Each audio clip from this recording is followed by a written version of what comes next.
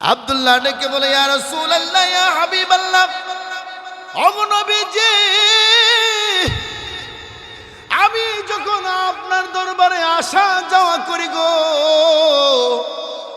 আমার পরিবারের লোকেরা আমাকে বলেছে আপনার দরবারে না আসা যাওয়া করার জন্যে। আমার চাচারা বলেছে যদি আপনার দরবারে আসা যাওয়া করি আমাকে সয় সম্পত্তি দিবে না, বঞ্চিত করবে।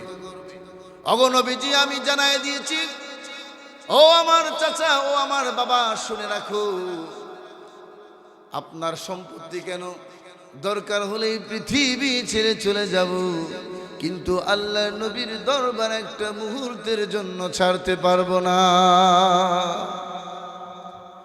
ইয়া রাসূলুল্লাহ, ইয়া হাবিবাল্লাহ, আমার চাচারা আমার পরনের থেকে সকল কাপড় খুলে রেখে দিয়েছে।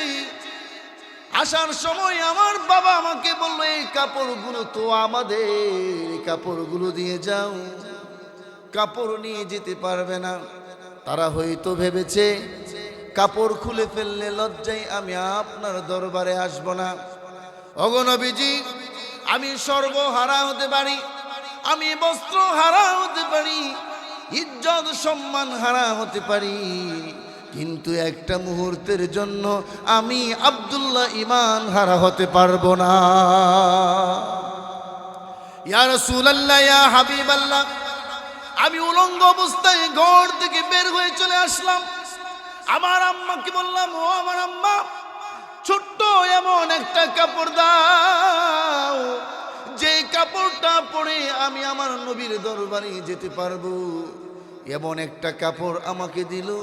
নবী গো, এই কাপড় যদি গায়ে দেই লজ্জাস্থান ঢাকতে পারি না, লজ্জাস্থান ঢাকলে শরীর ঢাকতে পারি না। ও নবীজি, আপনার দরবারে দাঁড়িয়ে আছি, কখন আপনি বের হবেন আর আপনার চেহারাটা দেখব।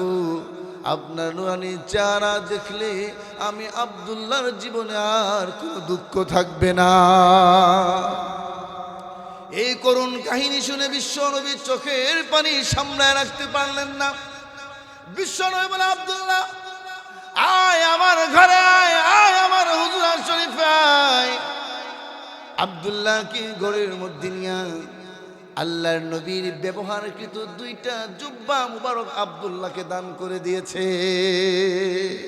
আব্দুল্লাহ ইবনে মুবারক রহমাতুল্লাহি আলাইহির কাছে জিজ্ঞেস করলেন, হে আব্দুল্লাহ ইবনে মুবারক, ইসলামের পঞ্চম খলিফা ছিল আমিরে ইবনে মুআবিয়া রাদিয়াল্লাহু তাআলা আনহু, আবার ইসলামের পঞ্চম খলিফা আরেকজন ছিল উমর ইবনে আব্দুল আজিজ। দুজনের সম্মান কি এক? উমর ইবনে আব্দুল আজিজ ছিল তাবেঈ, আল্লাহর ওলি, আর আমিরে ইবনে মুআবিয়া তিনি ছিল সাহাবী, তিনি রাসূলকে দেখেছেন। দুজনের সম্মান কি এক হবে?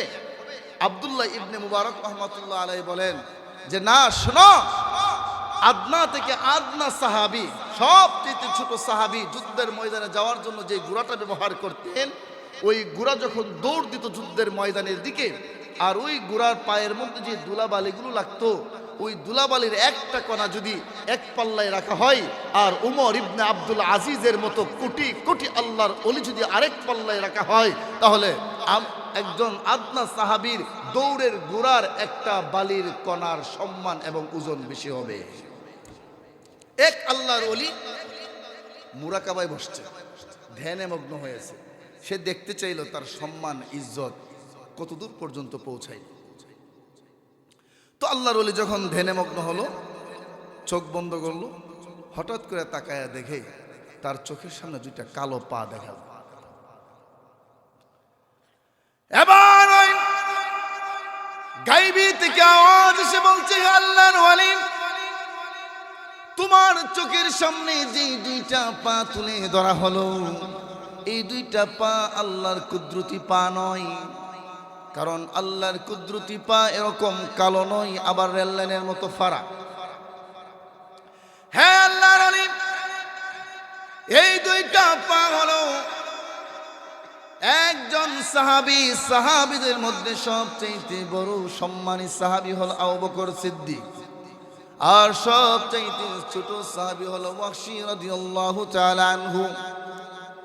ওয়াহশী কৃতদাস গোলাম, যার বাড়ি হলো আফ্রিকা। তার দুইটা কালো পা তোমার সামনে তুলে ধরে তোমাকে প্রমাণ করে দেওয়া হলো, তোমার জীবনে যত মুজাহাদা মুশাহাদা মুরাকাবা করো না কেন, একজন আদনা থেকে আদনা সাহাবীর পা যেখানে গিয়ে পৌঁছাইছে, তুমি আল্লাহর ওলি ওই পর্যন্ত এখনো পৌঁছতে পারো না। তাহলে বোঝা গেল সাহাবীদের সম্মান। আর একটু জোরে গান। আল্লাহর নবী বিশ্ব নবী রহমাতুল লিল আলামিন বলেন, কাল কিয়ামতের কঠিন ময়দানে আল্লাহ রাব্বুল আলামিন সমস্ত নবীদেরকে ডেকে ডেকে বলবেন, নবীরা আপনাদের কোনো হিসাব নাই, কোনো নিকাশ নাই, জান্নাতে চলে যান। সমস্ত নবীরা সারিবদ্ধ হয়ে জান্নাতের দিকে যখন রওনা হবেন, জান্নাতের গেটের কাছে যাওয়ার পরে জান্নাতের দরজার মধ্যে যখন ডাক দিবেন জান্নাতের গেট খোলার জন্যে, জান্নাতের ভিতর থেকে জান্নাতের প্রহরীরা বলবে, কে আপনি? আমি আদম। দাঁড়ান সময় হয় নাই। আপনি কে? আমি নূহ নবী। দাঁড়ান সময় হয় নাই। আপনি কে? আমি মুসা নবী। দাঁড়ান সময় হয় নাই। আপনি কে? আমি ইব্রাহিম নবী। দাঁড়ান সময় হয় নাই। আপনি কে? আমি ঈসা নবী। দাঁড়ান সময় হয় নাই। আদম থেকে নিয়ে ঈসা পর্যন্ত জান্নাতের দরজার কাছে এলাম, এখনো সময় হয় নাই। সময় আর কোন দিন হবে? জান্নাতের প্রহরীরা বলে, জান্নাতের বাহিরে তো গেট তালা দেওয়া, জান্নাতের গেট তালা দেওয়া, ওই তালা খুলতে গেলে চাবির প্রয়োজন আছে, আর চাবি তো আমাদের কাছে নাই। চাবি কার কাছে? চাবি হলো বিশ্ব নবী মুহাম্মদুর রাসূলুল্লাহ সাল্লাল্লাহু আলাইহি ওয়াসাল্লামের কাছে। সমস্ত নবীরা বলবে, বিশ্ব নবী তো এখনো আসে নাই। জান্নাতের প্রহরীরা বলবে, বিশ্ব নবী কোথায়? বিশ্ব নবী এখনো হাসরের ময়দানে উম্মতি উম্মতি বলে কাঁদতেছে। আরে উম্মতের চূড়ান্ত ফয়সালা না হওয়া পর্যন্ত আমার আপনার নবী জান্নাতের দিকে একটা কদমও বাড়াবে না।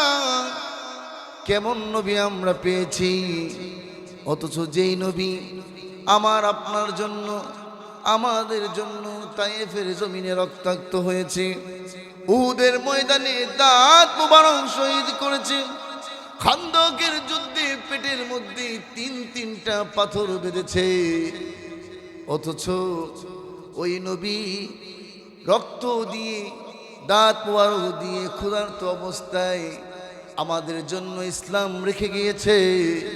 কিন্তু আজকে আমরা ইসলাম মানব দূরের কথা, কিন্তু ইসলাম না মেনে দুনিয়ার মুহে পড়ে চলেছি। আল্লাহর নবী বিশ্ব নবী রাহমাতুল লিল আলামিন বলেন, হ্যাঁ কালো বেলাল, আল্লাহ রাব্বুল আলামিন কিয়ামতের কঠিন ময়দানে আমাকে জান্নাতের চাবি দিয়ে বলবেন জান্নাতের গেটটা খুলে দেওয়ার জন্যে। ও কালো বেলাল, আমার ডান দিকে থাকবে আবু বকর, বাম দিকে থাকবে ওমর। আল্লাহ আমাকে একটা উট দিবেন, যদিও দেখতে উটের মতো, কিন্তু রক্ত মাংস এবং হাড্ডিগুলো জবরদস্ত পাথরের দ্বারা তৈরি হবে। ও কালো বেলাল শোনো, আমি নবী তোমাকে আহ্বান করব আমার উটের লাগাম ধরার জন্যে। ওই দিন কিয়ামতের দিন আল্লাহ নবী বলেন, ও কালো বেলাল, আমার সঙ্গে তুমি আমার উটের লাগাম ধরে ধরে জান্নাতে প্রবেশ করবে। কালো বেলালের এত সম্মান এত ইজ্জত কেন জানেননি? যে কালো বেলালের কোনো ঘর ছিল না, বাড়ি ছিল না, বংশ পরিচয় ছিল না, বেলালের কোনো কোয়ালিটি ছিল না, না ছিল দেখতে সুন্দর, না কোনো দিক দিয়ে কোনো কিছু ছিল। বাড়ি ছিল আফ্রিকা, আর আয়েশা থাকতো মক্কায়। কালো বেলাল ছিল একজন গোলাম, তার বাবাও ছিল গোলাম, গোলামের ঘরের গোলাম। যে কালো বেলালকে মক্কার লোকেরা কালো কাউয়া বলে আখ্যায়িত করত। অথচ এই কালো বেলালে এত সম্মান, এত ইজ্জত কেন?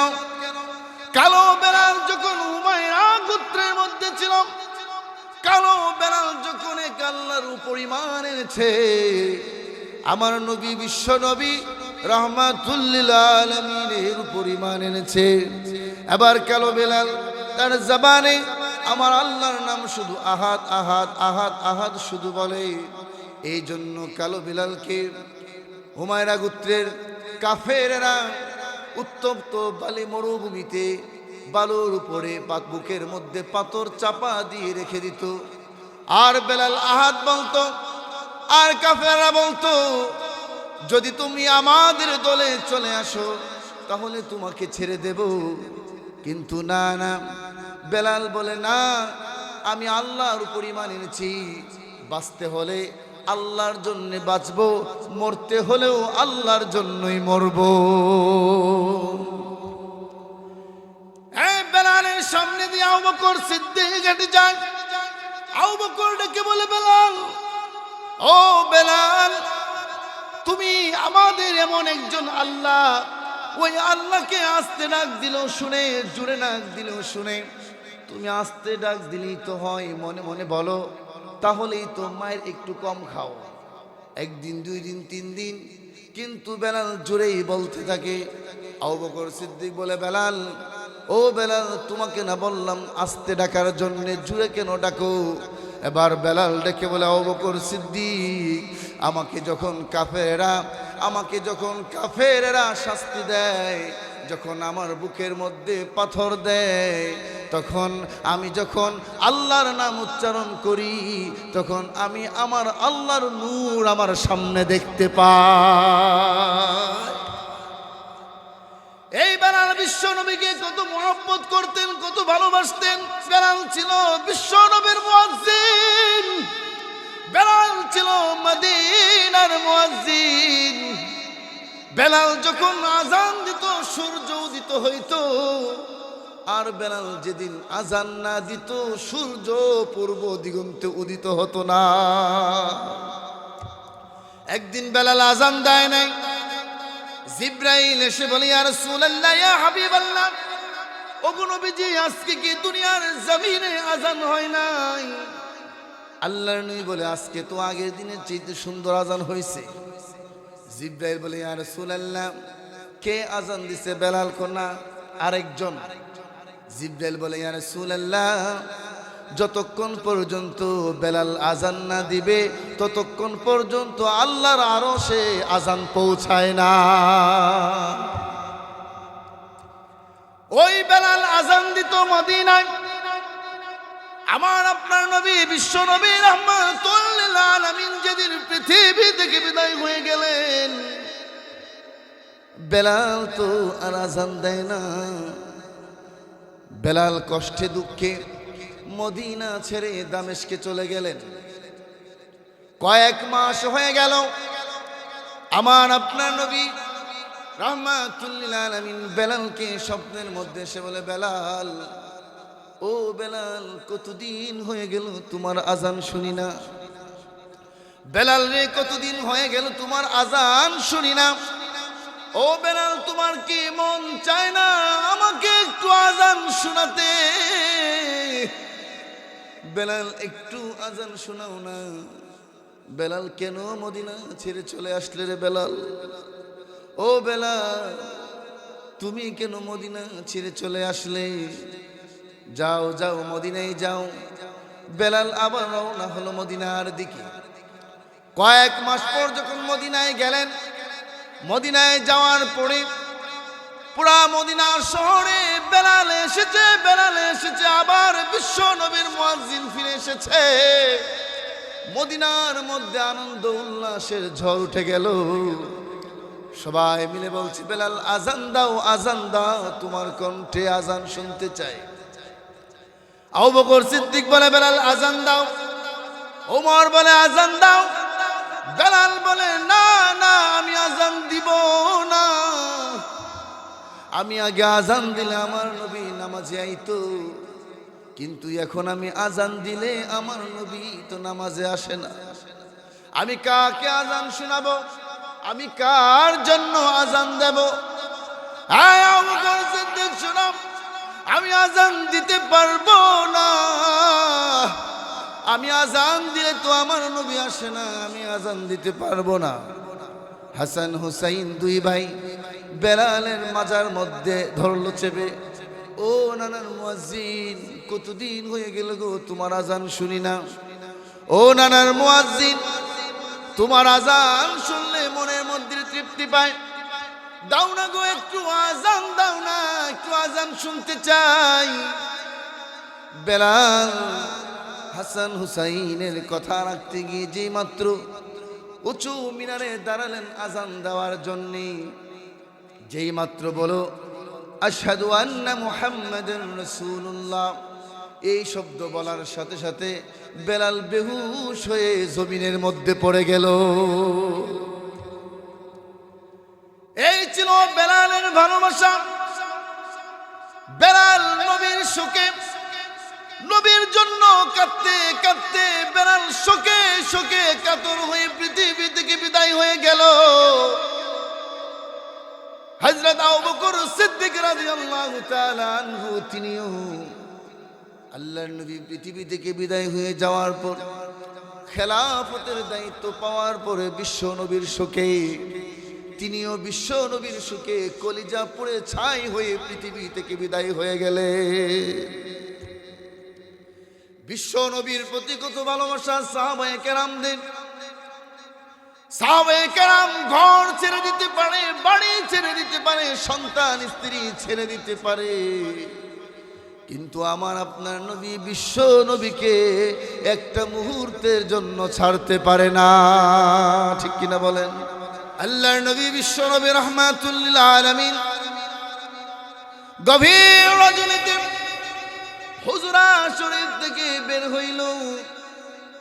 এমনি তাকা দেখে একজন, কে যেন একজন বিশ্ব নবীর হুজরা শরীফের সামনে বাঁকা হয়ে দাঁড়ায় রইল, সোজা হয়ে দাঁড়াইতে পারে না। আল্লাহর নবী বলেন, কে গো তুমি? এমন ভাবে প্রচন্ড শীতের রাত্রিতে কে তুমি এইভাবে দাঁড়ায় রইলে? এবার সাহাবীরা কি বলে, ইয়া রাসূলুল্লাহ, ইয়া হাবিবাল্লাহ, আপনি কি আমাকে চিনতে পারেন নাই গো নবীজি? না, কে তুমি? ওগো নবীজি, আমি হলাম আব্দুল্লাহ, আমার নাম ছিল আব্দুল উজ্জা, কিছুদিন আগে আমি ইসলাম গ্রহণ করেছি। আপনি আমার নাম পরিবর্তন করে আমার নামটা আপনি আব্দুল্লাহ রেখেছেন, আমি ওই আব্দুল্লাহ। বিশ্বনবী বলে, আমার আব্দুল্লাহ তো শিল্পপতি বাবার ছেলে, তার বাপ চাচা হলো বড় লোক। যে আব্দুল্লাহ সকাল বেলা এক কাপড় পরে, বিকাল বেলা আরেক কাপড় পরে, আমার আব্দুল্লাহর গায়ে আজকে কাপড় নাই কেন? আব্দুল্লাহ ডেকে বলে, ইয়া রাসূলুল্লাহ, ইয়া হাবিবাল্লাহ, ওগো নবীজি, আমি যখন আপনার দরবারে আসা যাওয়া করি গো, আমার পরিবারের লোকেরা আমাকে বলেছে আপনার দরবারে না আসা যাওয়া করার জন্যে। আমার চাচারা বলেছে যদি আপনার দরবারে আসা যাওয়া করি আমাকে সয় সম্পত্তি দিবে না, বঞ্চিত করবে। ওগো নবীজি, আমি জানাই দিয়েছি, ও আমার চাচা, ও আমার বাবা, শুনে রাখো, আপনার সম্পত্তি কেন, দরকার হলেই পৃথিবী ছেড়ে চলে যাব, কিন্তু আল্লাহর নবীর দরবার একটা মুহূর্তের জন্য ছাড়তে পারবো না। ইয়া রাসূলুল্লাহ, ইয়া হাবিবাল্লাহ, আমার চাচারা আমার পরনের থেকে সকল কাপড় খুলে রেখে দিয়েছে। আসার সময় আমার বাবা আমাকে বলল, এই কাপড়গুলো তো আমাদের, এই কাপড়গুলো দিয়ে যাও। কাপড় নিয়ে যেতে পারবে না। তারা হয়তো ভেবেছে কাপড় খুলে ফেললে লজ্জায় আমি আপনার দরবারে আসবো না। ওগো নবীজি, আমি সর্বহারা হতে পারি, আমি বস্ত্র হারা হতে পারি, ইজ্জত সম্মান হারা হতে পারি, কিন্তু একটা মুহূর্তের জন্য আমি আব্দুল্লাহ ঈমান হারা হতে পারবো না। ইয়া রাসূলুল্লাহ, ইয়া হাবিবাল্লাহ, আমি উলঙ্গ অবস্থায় ঘর থেকে বের হয়ে চলে আসলাম। আমার আম্মাকে বললাম, ও আমার আম্মা, ছোট্ট এমন একটা কাপড় দাও, যে কাপড়টা পরে আমি আমার নবীর দরবারে যেতে পারবো। এমন একটা কাপড় আমাকে দিল। নবী গো, এই কাপড় যদি গায়ে দেই লজ্জাস্থান ঢাকতে পারি না, লজ্জাস্থান ঢাকলে শরীর ঢাকতে পারি না। ও নবীজি, আপনার দরবারে দাঁড়িয়ে আছি, কখন আপনি বের হবেন আর আপনার চেহারাটা দেখব। আপনার নুরানি চেহারা দেখলে আমি আব্দুল্লাহর জীবনে আর কোনো দুঃখ থাকবে না। এই করুণ কাহিনী শুনে বিশ্বনবী চোখের পানি সামলায় রাখতে পারলেন না। বিশ্বনবী বলে, আব্দুল্লাহ, আয় আমার ঘরে, আয় আয় আমার হুজরা শরীফে আয়।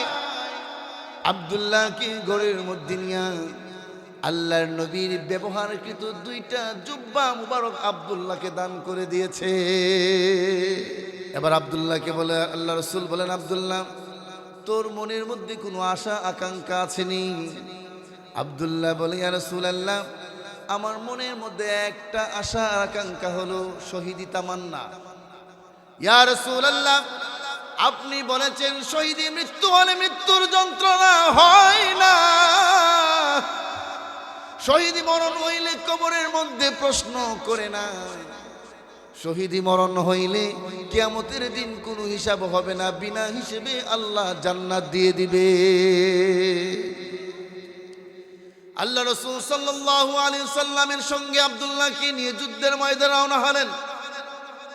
কিন্তু কোনো কারণবশত তাবুকের যুদ্ধটা হয় নাই। পথিমধ্যে আসার পথে আব্দুল্লাহর বুকে ব্যথা উঠল, ব্যথায় পথিমধ্যে আব্দুল্লাহ পৃথিবী থেকে বিদায় হয়ে গেল।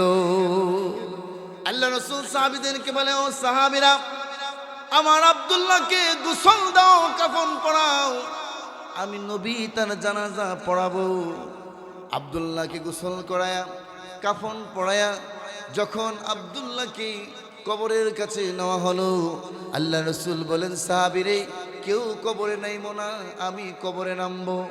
আল্লাহর নবী কবরের মধ্যে নামলেন। নেমে এবার বলছে, সাহাবীরে, দে দে আব্দুল্লাহর লাশটা আমার কুলে তুলে দে। আল্লাহর নবী এইভাবে আব্দুল্লাহর লাশটা কুলে নিল। কুলে নেওয়ার পরে এবার আসমানের দিকে উত্তোলন করে বলছে, আল্লাহ, আমি আব্দুল্লাহর প্রতি খুশি, তুমিও খুশি হয়ে যাও। আয় আল্লাহ, এবার আব্দুল্লাহর লাশটা আমার কুল থেকে তোমার কুলে স্থানান্তর করছি। এই দৃশ্য দেখে সাহাবীরা কবরের পাশে গইরায়া কান্না শুরু করলো। সাদ ইবনে আবি ওয়াক্কাস রাদিয়াল্লাহু তাআলা আনহু বলেন, আব্দুল্লাহ রে, এই লাশটা তোর না হয়ে যদি আমার হইতো, আমি কত ভাগ্যবান ছিলাম রে আব্দুল্লাহ। যেই জায়গায় নবী বলছে খুশি, আল্লাহ তুমিও খুশি হয়ে যাও। এই লাশটা তোর না হয়ে যদি আমার হইতো, আমার জীবন ধন্য হয়ে যাইতো। আর ওই মেয়ের বাবা বিশ্ব নবীর কাছে গিয়ে বলে, ইয়া রাসূলুল্লাহ, ইয়া হাবিবাল্লাহ, নবীজি, আপনি পাঠাইছিলেন সাদ সালামকে। নবী, আমি বুঝতে পারি নাই, আমি আমার মেয়ের বিয়ের রাজিনামা সহ হাজির হয়ে গেলাম। আল্লাহর নবী বলেন, যেহেতু বাবাও রাজি, মেয়েও রাজি, তাহলে বিয়ে হয়ে যাক। বিয়ে করায় দিলেন। আল্লাহর নবী বলেন, ও সাদ সালামি, বিয়ে যে করবা, বড় লোক বাবার মেয়েকে বিয়ে করতেছো, মদিনার চৌধুরীর মেয়েকে বিয়ে করবা, তাহলে তোমার মোহর বেশি দিতে হবে। এবার সাদ সালামি বলে, ইয়া রাসূলুল্লাহ, ইয়া হাবিবাল্লাহ, কত মোহর দেব গো নবীজি? আল্লাহ রাসূল বলেন, 200 দিরহাম তোমার মোহর দিতে হবে। ইয়া রাসূলুল্লাহ, ইয়া হাবিবাল্লাহ, 1 দিরহাম পকেটের ভিতরে নাই, 200 দিরহাম দেব কিভাবে? আল্লাহর নবী বলেন, যাও যাও, আবু বকর সিদ্দিকের কাছে যাও, তারে গিয়ে বলবে 200 দিরহাম দেওয়ার জন্য। এরপরে যাও উসমানের কাছে গিয়ে বলবা 200 দিরহাম দেওয়ার জন্য। এরপরে যাই হযরত আলীর কাছে যাওয়ার পরে আলীকে বলবা 200 দিরহাম দেওয়ার জন্য। এবার তোমার অনেকগুলো দিরহাম হয়ে গেল, 200 দিরহাম নিযুক্ত করে বিয়ে হয়ে গেল। আর বাকিগুলো দিরহাম দিয়ে তুমি বাজারে গিয়ে কিছু কেনাকাটা করবা, চৌধুরীর মেয়েকে বিয়ে করবা, ভালো কিছু জিনিসপত্র কিনতে হবে। সাদ সালামি রাদিয়াল্লাহু তাআলা আনহু গেলেন বাজারে, মার্কেট করার জন্য। এমনি কে যেন একজন ঘোষণা দিয়ে যাইতেছে, আশিক রাসূল আসোনি, এখনই যুদ্ধ শুরু হয়ে যাবে, কাফেরদের সঙ্গে বিশ্ব নবীর যুদ্ধ শুরু হয়ে যাবে। যদি কেউ আশিক রাসূল থেকে থাকো তাহলে এখনই বের হয়ে যাও যুদ্ধের ময়দানে। এবার সাদ সালামি রাদিয়াল্লাহু তাআলা আনহু যেই দিরহামগুলো ছিল বিয়ের কেনাকাটা করার জন্য, ওই দিরহাম থেকে কিছু দিরহাম দিয়ে একটা তলোয়ার কিনলেন, আর কিছু দিরহাম দিয়ে কাফনের কাপড় কিনলেন, আর বাকি দিরহাম দিয়ে একটা ঘোড়া ক্রয় করলেন। মাথা থেকে পা পর্যন্ত সাদ সালামি সাদা কাফনের কাপড় দিয়ে মাথা থেকে পা পর্যন্ত ঢেকে পড়লেন। এবার ঘোড়ার মধ্যে উঠে হাতের মধ্যে তলোয়ার নিয়ে রওনা হলেন যুদ্ধের ময়দানের দিকে। যেই মাত্র যুদ্ধের ময়দানের দিকে রওনা হলেন, যুদ্ধের ময়দানে যখন কাফেরদের উপর আক্রমণ করে, আল্লাহর নবী বিশ্ব নবী রাহমাতুল লিল আলামিন সাহাবীদেরকে বলে, ও সাহাবীরা, কে সে চিনতে পারি না কেন? যদি আমাদের পক্ষের হইতো তাহলে তো মাথা থেকে পা পর্যন্ত ঢাকার কথা না, আর যদি ফেরেশতা হইতো তাইলেও তো আমি চিনতাম মুখ ঢাকার কথা না। আবার আমাদের পক্ষ থেকে কাফেরদের উপর আক্রমণ করে। যেই মাত্র কাফেরদের উপর আক্রমণ করার জন্য সাদ সালামি কাফনের কাপড়ের ভিতর থেকে তলোয়ারটা বের করলেন আক্রমণ করার জন্য। আল্লাহর নবী বলতেছে, সাহাবীরে, এই হাতটা তো আমার সাদ সালামির হাতের মতো লাগে। কাফেরদের আক্রমণে সাদ সালামি রক্তাক্ত হয়ে ঘোড়া থেকে জমিনে পড়ে গেল। সাদ সালামিকে ধরে ধরে আল্লাহর নবী বিশ্ব নবী রাহমাতুল লিল আলামিনের কাছে আনা হলো। আল্লাহর নবী বিশ্ব নবী রাহমাতুল লিল আলামিনের উরাত মুবারকের মধ্যে সাদ সালামির মাথা রাখা হলো। আল্লাহর নবী জিজ্ঞেস করে, ও সাদ, তোমারে না বিয়ে করাইয়া দিলাম, তোমার তো বউ নিয়ে বাসরঘর করার কথা, তুমি তো বউ নিয়ে বাড়িতে যাওয়ার কথা, তুমি কেন যুদ্ধের ময়দানে এলে? সাদ সালামি বলে, ইয়া রাসূলুল্লাহ, ইয়া হাবিবাল্লাহ, আমি গিয়েছিলাম বিয়ের বাজার করার জন্য, এমনি শুনি কে যেন ঘোষণা দিয়ে যাচ্ছে, আশিক রাসূল আছো নাকি? ওগো নবীজি, এই জন্য আমি যুদ্ধের ময়দানে চলে এসেছি। আমি চিন্তা করলাম নবী, কাল কিয়ামতের কঠিন ময়দানে আল্লাহ রাব্বুল আলামিন যদি আমাকে জিজ্ঞেস করে বলে, ও সাদ, দুনিয়ার জমিনের বউ পাইলা, মজা পাইলা, আনন্দ পাইলা, আমার নবীকে তুমি কেমনে ভুলে গেলা? ওগো নবীজি, আমি তো কিয়ামতের দিন আশিকে রাসূল হতে পারবো না, মুমিন হতে পারবো না, এই জন্য আমি যুদ্ধের ময়দানে চলে এসেছি। আল্লাহর নবী বলেন, বুঝলাম, তাহলে তুমি মাথা থেকে পা পর্যন্ত কেন ঢেকে নিলে? সাদ সালামি বলে, ইয়া রাসূলুল্লাহ, ইয়া হাবিবাল্লাহ, আমি মাথা থেকে পা পর্যন্ত ঢাকার কারণ হলো, আমাকে যুদ্ধের ময়দানে দেখার পরে আপনি যদি আমাকে যুদ্ধের ময়দান থেকে বিদায় করে দেন তাহলে তো আমি আশিক রাসূল হতে পারবো না, এই জন্যই মাথা থেকে পা পর্যন্ত কাফনের কাপড় দিয়ে ঢেকে এসেছি, যাতে করে আপনি আমাকে যুদ্ধের ময়দান থেকে ফেরত দিতে না পারেন। আল্লাহর নবী চোখের পানি ছেড়ে দিয়া কান্দে, কাঁদতে কাঁদতে বিশ্ব নবীর চোখের পানি সাদ সালামির গালের মধ্যে পড়লো। সাদ সালামি বলে, ইয়া রাসূলুল্লাহ, আপনি কান্দেন কেন গো নবী? আমি কি আল্লাহর তরি জান্নাত পাবো না? আল্লাহর নবী বলে, সাদ রে, এই মুহূর্তে যদি তুই বিদায় হয়ে যাস, আমি রাসূল ঘোষণা দিলাম আল্লাহর তরি জান্নাত তোর জন্য ওয়াজিব হয়ে যাবে।